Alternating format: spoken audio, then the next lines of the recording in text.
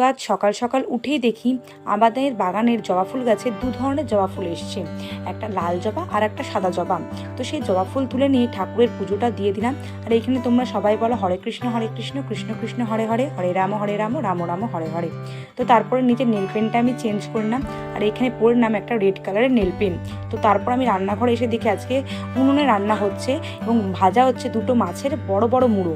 আর এইখানে অনেকটা মাছ ভাজা হয়েছে।